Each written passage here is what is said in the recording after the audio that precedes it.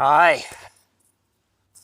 So I don't know that I've ever made a video where I was more aware that it was really just about me evolving out loud, which is a term I've used before, but if you haven't heard it, just it's a term that Kyle Cease uses all the time, where a lot of what we a lot of what we say and we share with others is really for us. It's it's to deepen the learning process, and actually in the Oprah talks a lot about this in the Super Soul conversations I've been listening to, and her and Deepak Chopra have a meditation series that I started doing. And it's so true that when you kind of get something, when you realize something and then you share it, you're wiring it in deeper, you're hearing yourself say it out loud, like neurologically, it's beneficial, but just energetically, you're you're staying in line with the that energy came to you, and it's love is always expansive. It always wants to grow. And so when we have an aha moment, or we learn a lesson, maybe it's not, it's more of the hard way, but we're grateful, like, "Oh, I just learned that was good. I need to realize that. I need to understand that." And we're grateful for it, and we can feel that we needed it. To then share it is to just keep the flow going, and to not express it or share it, especially when the opportunity is right there, which is often the case, right? Like, you learn something, and then you find yourself talking to someone and they're sort of bringing up the same thing, or they're in the place that you were yesterday, or they're in the exact same place, and you end up talking about it, and it helps them, or it's just dynamic sharing, you're helping each other. That's the nature of love. And love, all the information we get, all the knowings we get, are just different forms of all that. And so, like, I'm evolving out loud here and just sharing this stuff. I'm really grateful for what I've been learning, um, what I've been seeing.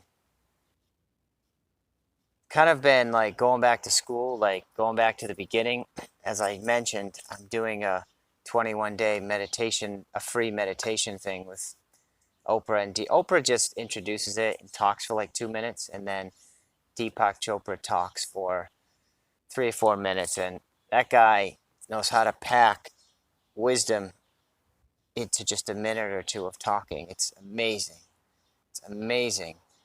And there's a little Sanskrit mantra that he gives you to use in the meditation, which is one, Sanskrit has a vibration to it that is very powerful.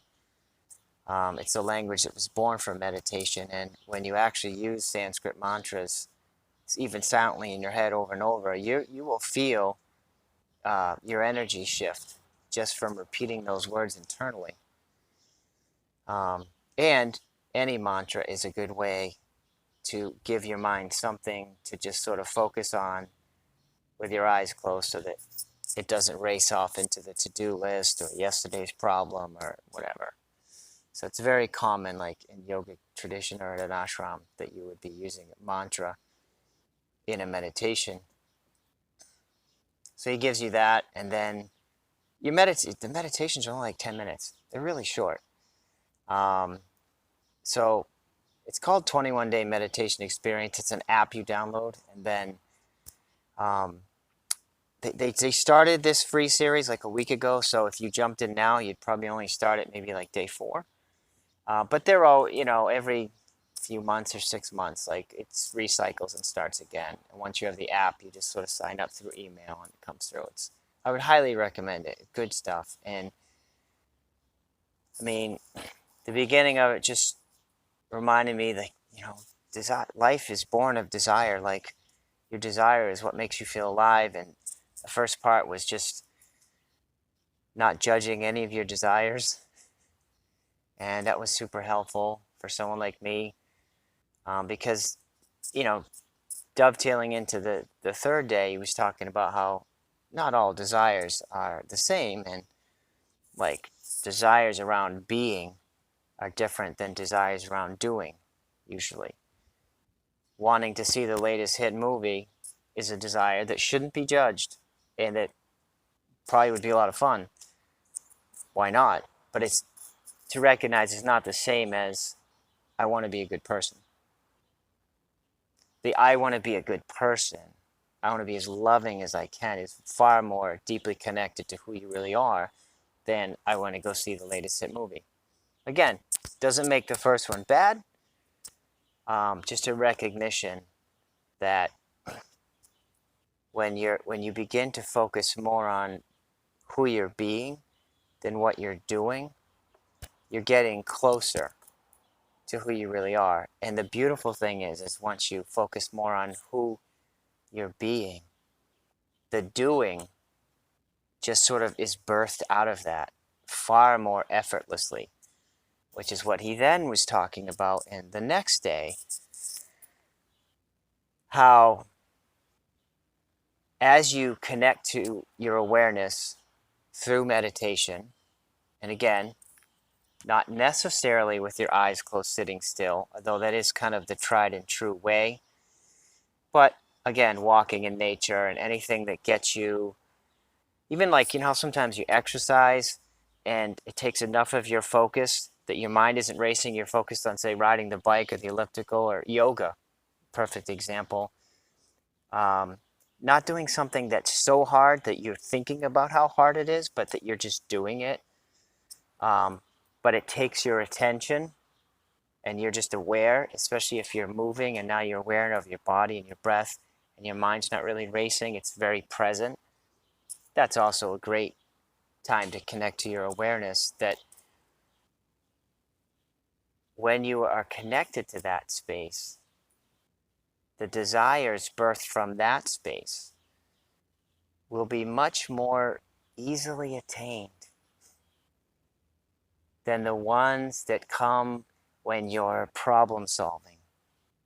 And oh, there's the answer to that problem. And look, and you chase it.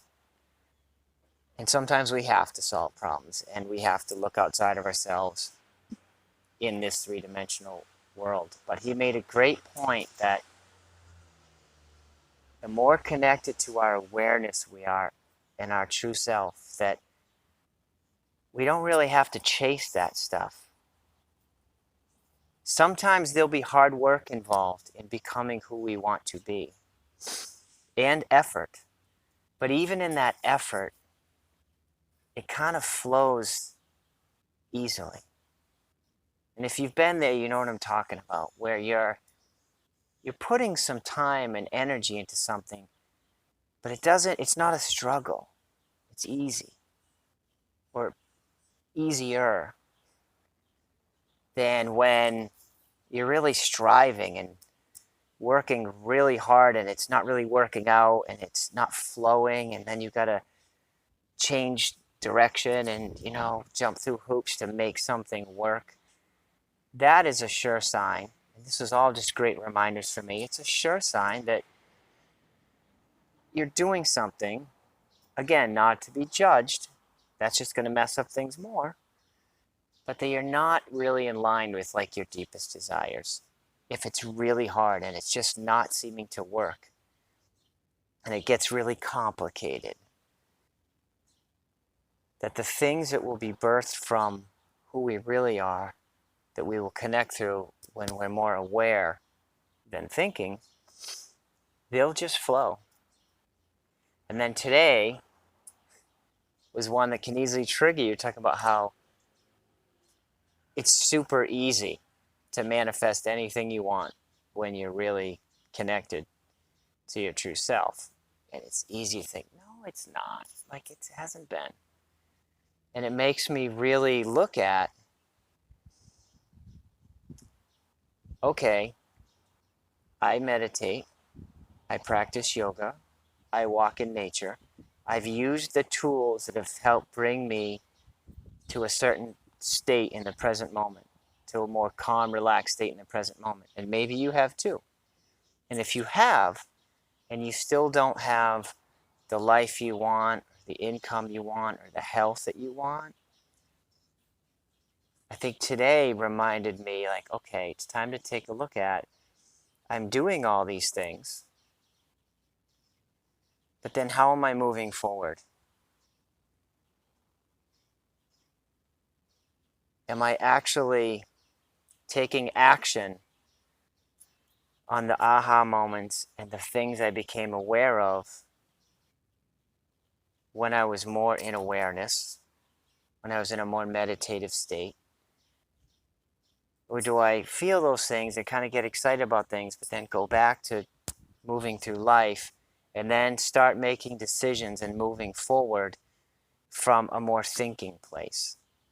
Or do I get all excited about something that came to me and then let sort of life, fear, or physical pain contract me out of that and get me back into decision making from a place that's not as elevated and not as close to who I really am? And if I'm doing that, well, then I'm not seeing the change that I want to see. And this is me. This is where I'm at. This is where I find myself at. It's funny how if we pay attention, things are always changing. Like a while back in a meditation, I had this whole vision of like a whole different life, a whole different way of earning money.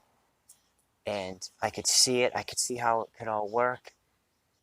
And it was fantastic. And I am taking steps toward that. And now some things that I have been doing kind of this summer in a transition from moving from Central Mass to Plymouth, like Ubering, just don't feel the same. They're not horrible, but they don't feel the same. My body just like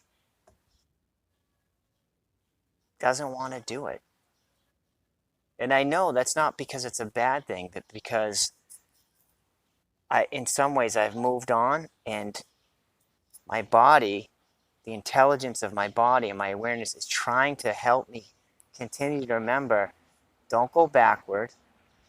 Like, continue to put your energy into the vision that you have. And I know that's hard sometimes when we have like full-time jobs and kids and a lot going on. Like, where's the time to do that? At some point, it just has to become a priority. Like for me, I mean, I'm foregoing opportunities to Uber and to make money. Just trusting that if I put my time and my energy into this new vision, building a website and offering a lot more than these videos, like things like podcasts and offering, well, some different things that will be coming,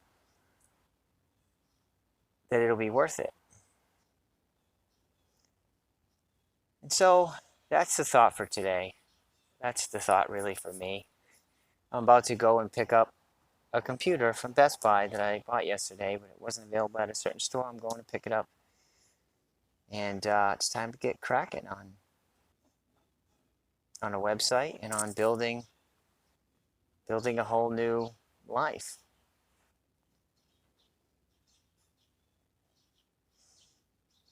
So, I guess I could summarize this by saying that it's easy to compartmentalize our spiritual practice like anything else. Like, all right, I did my 20-minute meditation. I went to yoga class 3 times this week. I did those things and I felt great while I was there. But then sort of like, that's it. Instead of, it's really built and designed, yoga and spiritual practice, to become your life, where you're constantly returning to who you really are, constantly returning to meditation, even just in a moment.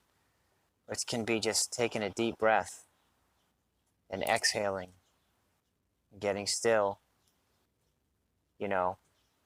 every 20 or 30 minutes throughout your day. What if that was your meditation practice? Instead of trying to sit for 40 minutes a day in the morning, what if your practice became every time you have a break, you meditate for a minute, and you kept being reminded of how you feel when you're in that space and what you're drawn to and what matters and what doesn't matter. Because from that space, a lot of things that matter when we're in our mind, they just don't matter. Obstacles that you might see, people's opinions, things that stop us from moving in the direction we want to, the fears that our mind creates become more distant. You can get beyond them from that place of awareness.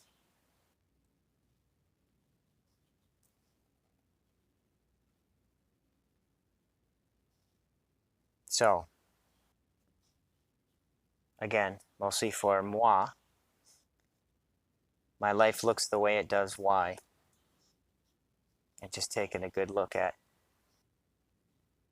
where am I sourcing my decisions from, my moment to moment, day to day, and bigger work type decisions, life type decisions, where are they coming from? If you want to really have your life evolve, if it isn't already exactly what you want, and for some people, they're living the life that they want, and that's fantastic. But we can all be living the life we want and be full of joy and feel like we're living our purpose. And it can flow easily and naturally. I'm saying it. I know that there's some resistance there. If we stay close to that place of who we truly are, and we make decisions, we act one step at a time on what we feel from that place. All right, this has been long enough. Have a fantastic day. Namaste.